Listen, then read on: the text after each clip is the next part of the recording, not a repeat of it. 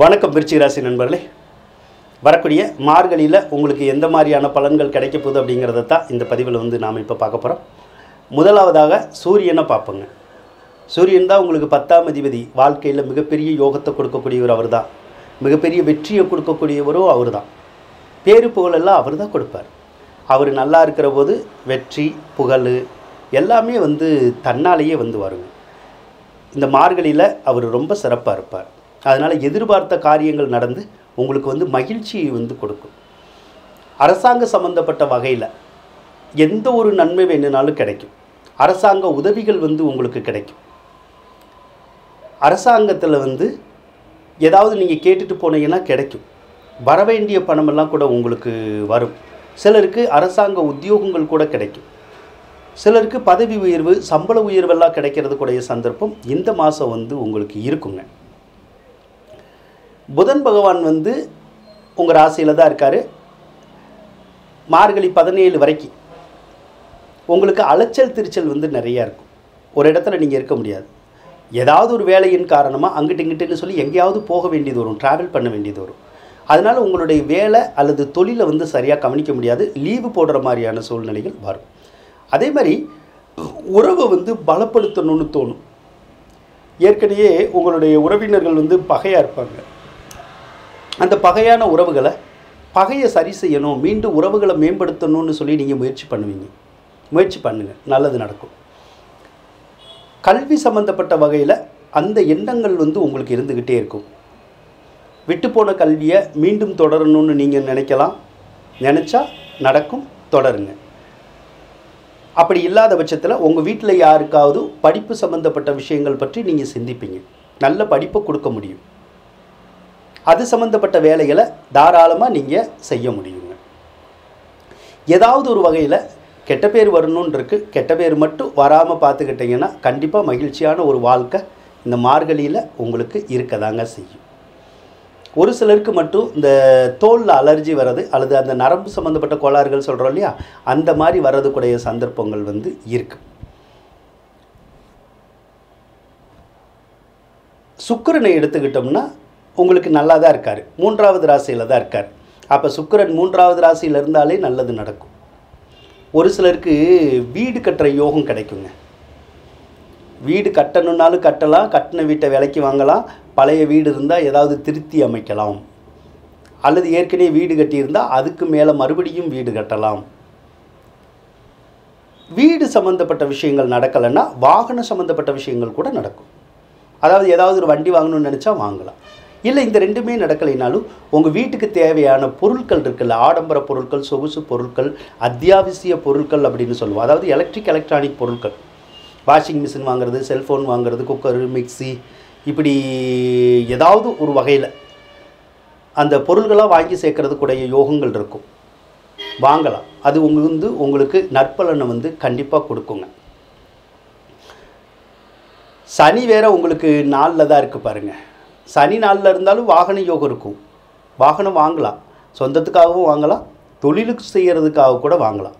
வாகனம் சம்மந்தப்பட்ட தொழிலில் ஈஸியாக ஈடுபடலாம். டிரைவராக இருக்கிறது, கண்டக்டராக இருக்கிறது, மெக்கானிக்காக இருக்கிறது, அல்லது வண்டி வாகனங்களை வச்சு தொழில் செய்கிறது, இதெல்லாம் கூட உங்களுக்கு நல்லா வர்றதுக்கான வாய்ப்புகள் இந்த மார்கழி மாதம் மட்டும் இல்லை, இன்னும் கொஞ்சம் நாளைக்கே அந்த யோகம் உங்களுக்கு இருக்கும். அதே மாதிரி தாயார் வகையில் நற்பலன்கள் ஏற்படுத்தக்கூடிய ஒரு அமைப்பு உங்களுக்கு இருக்கும். அர்த்தாஷ்டம சனியாக இருக்கலாம். அர்த்தாஷ்டம சனியாக இருந்தால் கூட அது ஒன்றும் மிகப்பெரிய பாதிப்புகளை ஏற்படுத்தாது. சனி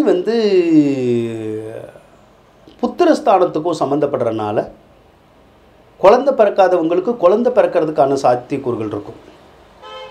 ஏற்கனவே குழந்தை பிறந்திருந்தால் அந்த குழந்தைங்களுக்கு நல்லதொரு வாழ்க்கை கிடைக்கிறதுக்கான வாய்ப்பும் இந்த காலத்தில் இருக்குங்க.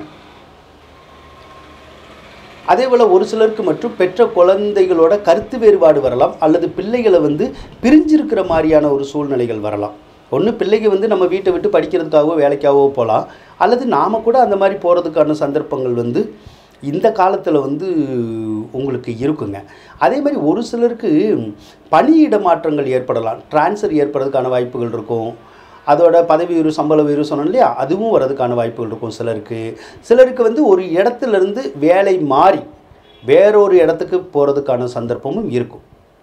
அதாவது கம்பெனி விட்டு கம்பெனி போடுறது, ஒரு ஆஃபீஸ் விட்டு இன்னொரு ஆஃபீஸ் போகிறது, அந்த மாதிரி சூழ்நிலையெல்லாம் கூட இருக்கும். ஸோ நீங்கள் முயற்சி பண்ணிங்கன்னா அதெல்லாமே உங்களுக்கு நடக்குங்க. அதே மாதிரி செவ்வாயை பொறுத்தளவு வெளிநாடு சார்ந்த எந்த ஒரு விஷயத்தையும் நமக்கு வெற்றி செய்து கொடுப்பார்.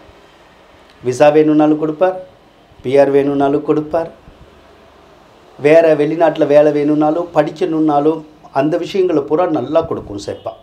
அதே மாதிரி உங்கள் அப்பாவுக்கு மட்டும் இந்த மாதம் நிறைய கோபதாபம் வரும், நிறைய டென்ஷன் இருக்கும். அதே மாதிரி அப்பா வர்க்கத்தோடு வந்து நம்ம ஏதாவது சண்டை போடுற மாதிரி வரும். அப்பா கூடயே சித்தப்பா பெரியப்பா அவங்களாம் இருக்காங்க இல்லையா, அவங்களோட மட்டும் கொஞ்சம் கருத்து வேறுபாடுகள் வரும். அதனால நம்ம கொஞ்சம் கவனமாக இருந்துக்கிறது நல்லது அவங்கக்கிட்ட பேசுகிற போது மட்டும். சரிங்களா? கேது பகவான் 11வது ராசியிலிருந்து நன்மைகளை கொடுக்கணுன்னு இருக்குது, கண்டிப்பாக நன்மைகளை கொடுப்பார். குரு பகவான் 7வது ராசியில் இருக்கிறது தான் உங்களுக்கு ப்ளஸ் பாயிண்ட். குரு 7ல் இருந்தால் மிகப்பெரிய யோகங்கள் வந்து கிடைக்கும், மிகப்பெரிய நன்மைகள் வந்து கிடைக்கும். முக்கியமாக திருமணம் சார்ந்த பாக்கியங்கள் வந்து கிடைக்குங்க.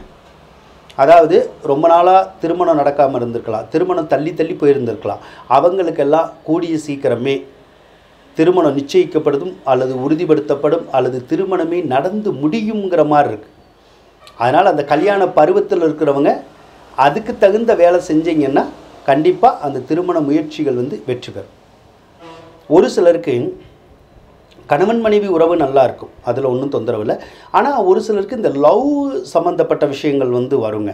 யார் கூடயாவது நம்ம பழகுற மாதிரியான ஒரு சூழ்நிலைகள் வந்து வரலாம், அப்படி தான் இருக்குது.